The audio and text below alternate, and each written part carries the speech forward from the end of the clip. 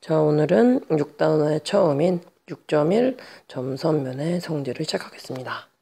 여기는 어렵지가 않아서 짧게 끝낼 예정이고요. 여러분 알다시피 이렇게 있는 걸 점이라고 합니다.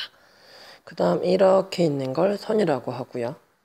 이렇게 있는 걸 면이라고 하죠.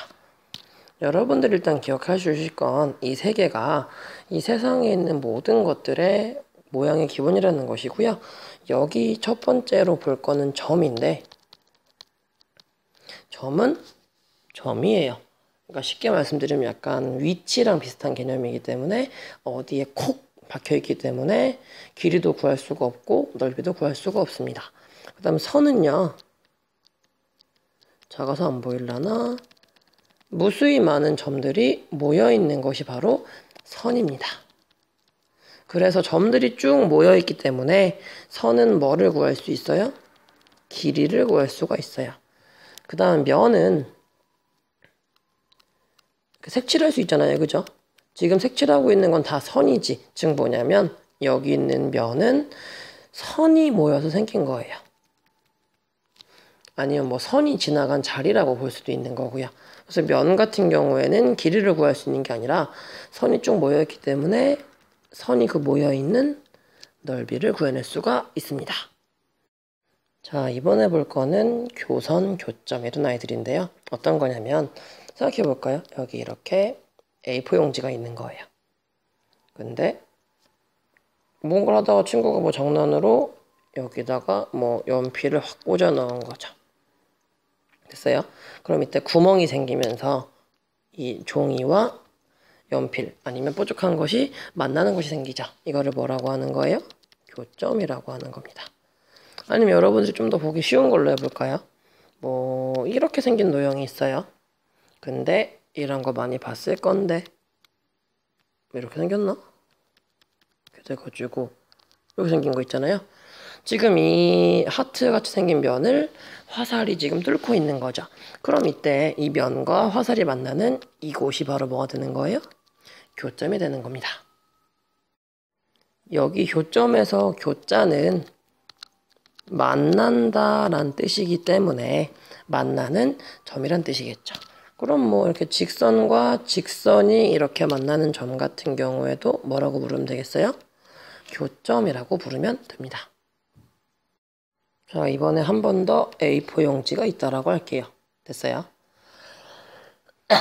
그럼 거기에 누가 이렇게 칼이 훅 지나가 버린 거예요. 뭐 이런 식으로. 팍. 아씨, 어렵다. 팍 이렇게 지나간 거예요. 그럼 칼이라는 것도 이렇게 뾰족한 한 면이 쑥 지나간 거니까 우리가 면처럼 확인해낼 수가 있겠지. 그러면 이 종이가 잘리겠어, 안 잘리겠어? 잘리겠지. 그럼 그 잘린 곳은 바로 이 A4 용지랑 이 칼이랑 만난 곳이잖아요. 그쵸? 그래서 결국 거기도 만나는 곳이기 때문에 교자가 붙고요.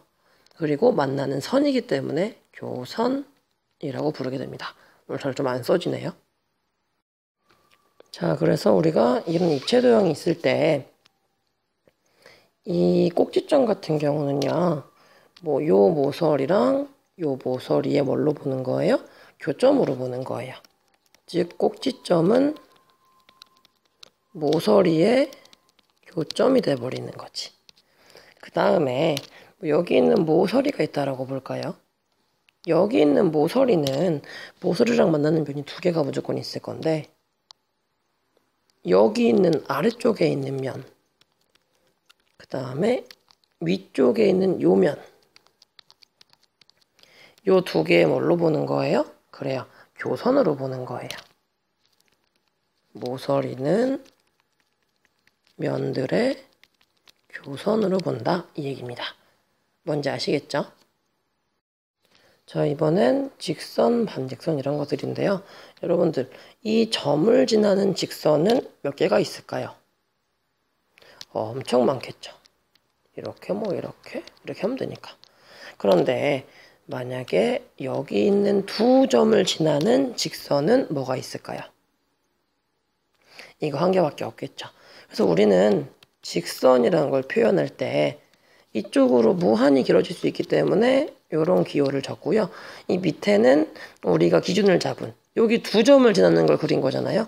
이게 뭐 A고 이게 C다라고 하면 이렇게 적기로 했습니다. 자, 그럼 우리가 알 수 있는 게 만약에 뭐 여기에 B라는 점 혹은 여기에 D라는 점이 있어요.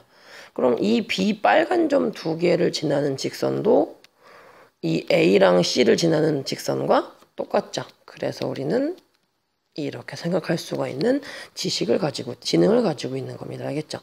그 다음으로 보실 건 반직선이에요. 반직선의 기호는 이런 모양인데 예측하실 수 있는 것처럼 뭐 이렇게 되어 있다고 하면 A쪽은 뚝 끊겨 있는 거고 B쪽으로만 계속 길어지는 게 바로 뭐예요? 반직선인 거예요. 엄연히 따지면 A가 뭐인 거고 출발점인 거고요. B가 바로 뭐가 되는 거예요? 방향이 되겠죠. 그쪽 방향으로 계속 뻗어나가기만 하면 됩니다. 그 다음 마지막으로 배울 건 선분인데 선분은 다음 페이지에서 배울게요. 자, 여기 2개의 점이 있다고 합시다. 이렇게.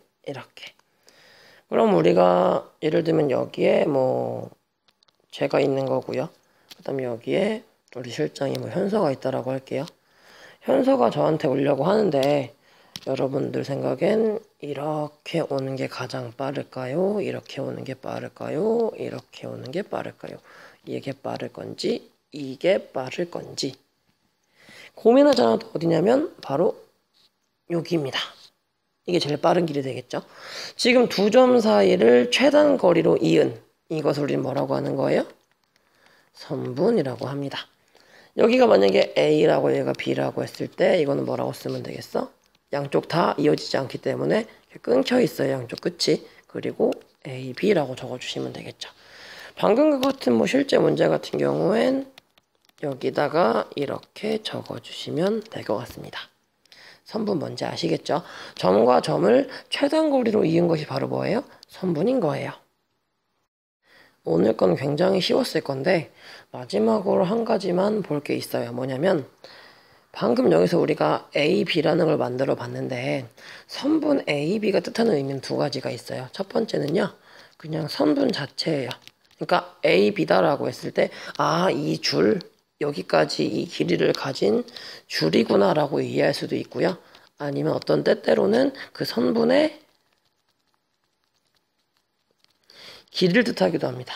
만약에 이게 4cm라면 선분 AB는 4cm야 라고 쓸 수도 있다는 얘기지. 왜냐면 얘가 길이의 의미도 가지고 있기 때문에.